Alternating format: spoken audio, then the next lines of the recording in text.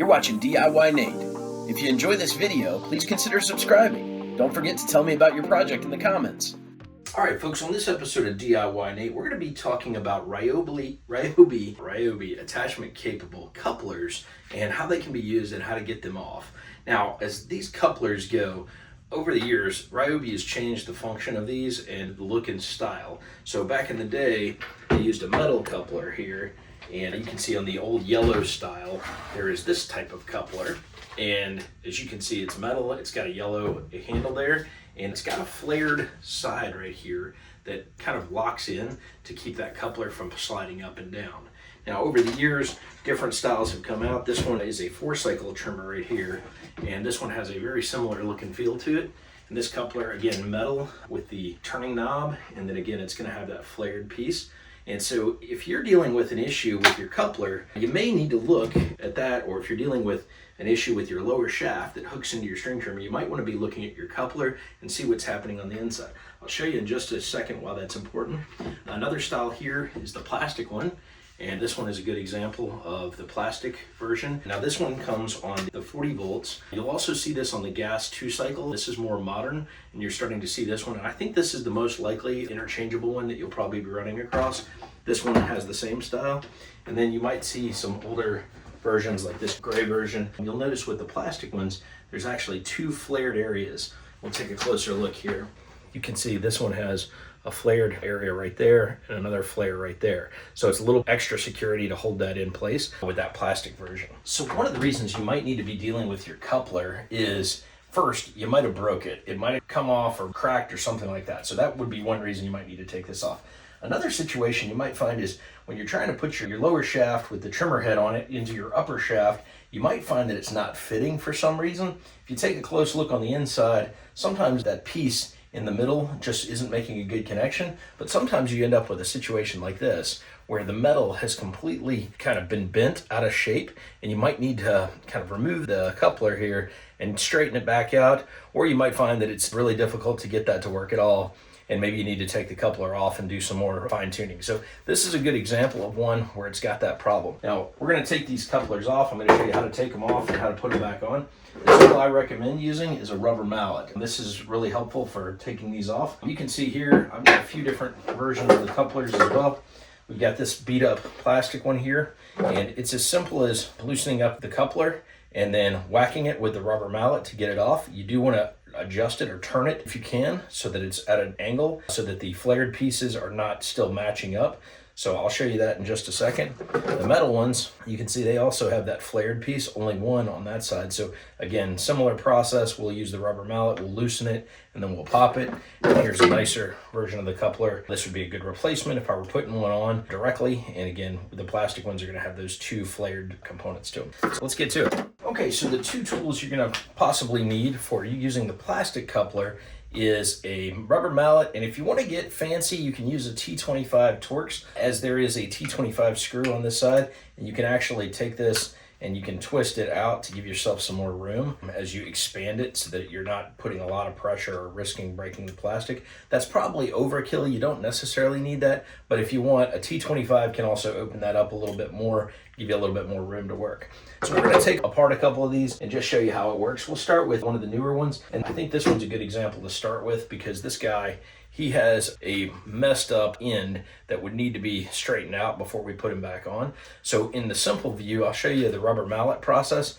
So normally what I would do is you've got the 2 flared pieces here and here. You loosen this up as much as possible, and then you'll turn it. And so you want to turn it in a direction where those flared angles are not facing. And this one is probably a bad example because the metal is so messed up, I might have to bend it out to get him off, but we'll take a shot at him anyway. So right now I've got the flared areas are kind of out of whack. And so normally what I would do is just take my rubber mallet, whack it a couple of times, and there it goes. And so now you can see how badly bent this upper shaft is, and this would need to be straightened out. So that would be one reason you might want to take off your plastic coupling. And as you can see, the plastic coupling just comes off like that. When you go to put it back on, obviously it would be straightened at that point. You'll put it on at an angle and then rotate the flared pieces back into that. You do want to make sure your flared pieces are facing the lower shaft area so that the flared area will lock in place. Don't go the other way and have the flared going the wrong way. So that's how you do that on this one. So that's one down. We'll move on to our next one. Okay, for this one, another plastic one. In this case, I'm going to show you the very simple process is as easy as loosening it up. Now, at the same time, I've loosened it up as much as I can. And as you can see here, it could be a little difficult to get them to move. So if you feel like you're still having trouble with it, we're going to go ahead and take our Torx and we're going to loosen up a little bit more and see if we can get him to give us a little bit more play. A couple twists or turns, and again, this is where you might find it's a little bit stuck in place. It's been there for a long time. So I'll use my rubber mallet and just gently tap a little bit one way or a little bit the other and see if I can get him to move around. So once I've loosened him up, I've kind of knocked him off that. Now I can rotate him around to the side. So that way I can kind of get him off of there. I like to use that flared piece here in that slot to be able to knock him off. And then I'll just take my mallet and I'll take him and gently, without breaking him, tap him off. There we go. And it comes off like that. So you can kind of see how that works. To put him back on, let's do that process here, because I'm sure that many of you who've had this problem now need to know how to put it back on. We're gonna just line him up the same way we went on. We're gonna go ahead and say, here's my flare 1 and flare 2, and this one has got flare 1 and flare 2. So I'm gonna move this part, and I'm gonna try and line those other pieces opposite. I don't want them lining up with the flared piece, so I'm gonna put this guy kind of like that, and I'm gonna try and get him as much as I can onto the groove. Again, my flared pieces are facing out. You might have to kind of work it a little bit to be able to get him on there. So you kind of twist him on best way you can. So in this case, I'm gonna just use a little bit of force. I'm gonna try and push him over top. And I'm trying to do my best not to damage the metal, because the metal is flexible and it does have some play in it. So I'm gonna use my mallet to pop him on there carefully. And you might strip it a little bit as you're getting it on there. It can be a little bit challenging. Once you got it on, I'm gonna try and go all the way past it and do what we did before. So now I'm past it. Now I can rotate it a little easier. And my flared pieces are right over here. And I can now pull them back into position. And now we're back to where we started. And we can tighten that guy on there. So now that's back in position. You could basically do the same thing if you were exchanging one for the other. Maybe it's lost its grip or it's broken or the thing isn't turning enough. And don't forget, when you've done this, you probably want to tighten your Torx back up. You probably tighten it before you anchor your clamp down, but that's just how you do that. So a quick example there, and you can see that now tightens nicely, loosens nicely. All right, so we're moving on to our next one, and we're just going to take another look at a couple of these. So again, if we're going down the plastic route, here's an older style plastic one. It's got the 2 flared ends. And so again, with this one, you want to see if you've already got some play. If you do, great. You can kind of knock it and move it. But again, that hammer can be helpful. Again, I use a rubber mallet because I want to be careful I don't break anything with my efforts. You can also, again, use that Torx. That Torx can help out. And so in this case, we'll use the Torx a little bit and loosen it. You can see it's kind of, you might need to create some pressure on the other side to open them up. Careful you don't go too far, because it might be hard to put back together if you do that. But once we've got that, we've got a little bit of play on it. Again, I like to knock it down first, rotate it, and pull it back off. So we're going to go ahead and use our rubber mallet. There we go. Now we're off the connection there, and then we'll just slide them a little bit, and we find a good place to remove them, to have that top piece facing the top over here, and then we're going to come right back off, remove that.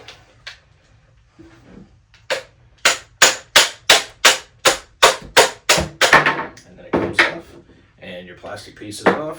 You are able to then work on this piece, or maybe you're just salvaging parts, or you want to put the thing back together and you're just curious about how that works. And so again, we'll put them back on. In fact, we'll put a green one on this guy just as an example of how they can be interchangeable. Maybe if you ordered a replacement part, of course, I'll leave a link in the video description.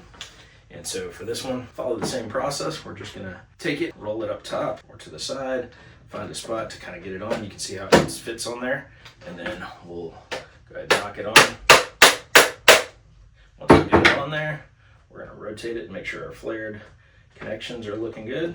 Once they're good, tighten them down, and he's back in business. You will notice there's a little bit of loosening happening, and so you're gonna wanna make sure you're tightening back down if possible, wherever you've got the option, because the more times you have to replace this coupler, the looser it's going to get.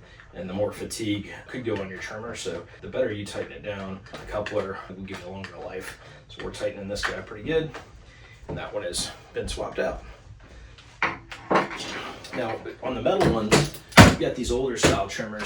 They only had that one flared piece, and as you can imagine, the metal ones are probably a little easier to work with. So we're going to start with this 4-cycle, and the 4-cycle has a metal coupler on the end. That's a black and gray one, and it does have, again, a flared piece here. So we're going to loosen this guy up as much as we can. The more you loosen them up, the easier it's going to be to get them off. Rubber mallet seems to be a good solution just because rust or debris or whatever else can get in there and cause you some trouble. So this older style seems to have been pretty good. So you're just going to loosen it. When you loosen it, you're going to notice it's got some play to it, and at that point you might find you don't even need to hit it with a hammer, but I think hammering it is probably the easiest way to keep it moving and get it off of there. I've got some play and I can start to rotate it without even moving it around, and then that just comes off. So didn't need to hammer the metal one. The metal one, of course, just goes right back on after you loosen it and you pull it around and slide it. But it does only have one flared side. So check your string trimmer to see how many flares it's got. If it's got the 2 flared versus the 1 flared, that's going to tell you if you need a plastic or a metal. And then the metal one doesn't have to be hit with a hammer, although you might want to still loosen it with a hammer if you seem to be struggling. Then of course tighten it down as much as needed, but don't over tighten it because it will crimp that metal if you're not careful. So that holds in there. So that's our 4-cycle trimmer. And last but not least, we've got our old school Ryobi 2-cycle gas trimmer. And we'll slide this guy out of the way. And same situation for this one. Again, you've got the 1 flare on this metal, and so we're just going to loosen it. So the generations of these, looks like in the past they preferred to just let you be able to take it off nice and easy without having to do too much work. Now they're a little more technique to get that plastic one off without stripping it or breaking it. Probably cheaper cost-wise or whatever, for whatever reason, but the plastic ones do seem to hold up pretty well, so I've been fairly happy with this. This one's giving me a little bit more of a challenge, so I am going to use a hammer for this guy to loosen him up first. So you can see me knocking him loose. Once I got him loose, that one's got a pretty big flare to him, so once I've got him loose, I should be able to move him up. And now I'm going to take this wedge here and use that to go over the flare to get him off. And as you can see, now it comes off like so. There we go. And then you've got that piece off. If you're putting him back on, you're just going to do the same thing. Just make sure your flared end is on the end, the side that would face the lower shaft. And then you're going to want to make sure you line it up so that when it goes on, it's going to give you the best way to put it on. I'm going to strike him a couple times to get him on there. This one does have kind of a little metal retaining clip kind of piece. On the inside here, there's a little metal rivet that goes into this hole. And so you're going to want to line that up once you get it in. That's kind of to keep it from sliding off. Just another thing to be aware of as you're putting your trimmer together. And again, that's why you're going to need a little bit of force to get him on there. Once you got him on, he's sliding on, you get him on there. You can rotate him and you'll feel it lock in place. And now you can tighten him down to get that fully put up. So that's our 2-cycle. Got one more of these Ryobi battery version. It's 40 volt. Again, it's got the metal locking tab there. And so as you open this guy up, one of these directions is open, one is closed. Open seems to be counterclockwise.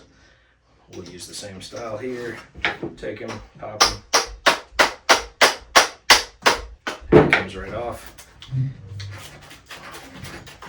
And you pull them off. There you go. Again, this one is going to have that same metal hole at the top, and there's going to be a metal rivet right there. I'll give you a close-up on this. So the metal versions of this have a metal rivet or a metal bump coming out of the top here, and that's going to lock in place. So that's the other thing. Instead of using 2 flares, it uses 1 flare, but has that little metal prod that's sticking out that goes into that hole. If your string trimmer has the metal, you'll want to replace it with the metal version. And I'll leave part numbers in the video description. Just be aware, pay attention, kind of go like for whichever version you might be replacing. And again, to swap them back, we're going to line this piece up with the metal flare on the outside. And then we're just going to take our hammer, give him a little bit of love tap, and he slides in. Now we're going to rotate him to his locking position, and you'll feel it kind of catch when it's in there. You make sure that you can see your holes. tighten them down, and your string trimmers are good to go. So hopefully that helps you with your project. Let's take a look at all these trimmers again. We went through several of them in a short amount of time, so hopefully you got to see that. All right, folks, you've been watching DIYNate. Hopefully this video helped you out, whether you're replacing a metal coupler or a plastic coupler. Pay attention, of course, to the number of flares that yours has. If it's metal, it's probably going to be one, and you're going to have that little protruding tab that comes down, and obviously look on your trimmer as well. If it's plastic, it'll have those 2 flares, and you'll be able to twist it and put it on. Whichever variety yours might be, make sure you replace like for like. I hope this video helped you out as you try to make your repairs, whether your issue was with your actual shaft itself. You might find that it's a connection issue, or that you broke this thing, or maybe you stripped out your screw, or the plastic handle broke out. A rubber mallet is very helpful for this job, and a T-25 screwdriver as well. So either of those could be helpful as you get into this project. We'll leave links in the video description, of course, to these replacement parts that you can get on Amazon or wherever else.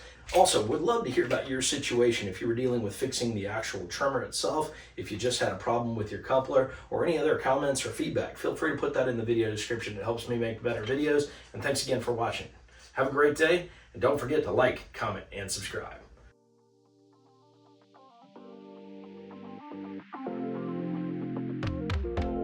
If you enjoyed this video, here are a couple more YouTube things you might like. Thanks again for watching.